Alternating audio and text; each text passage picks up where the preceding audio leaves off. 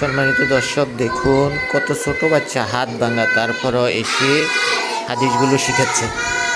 2 নম্বর হাদিস শরীফ, খায়রুকুম মান তাআল্লামাল কুরআনা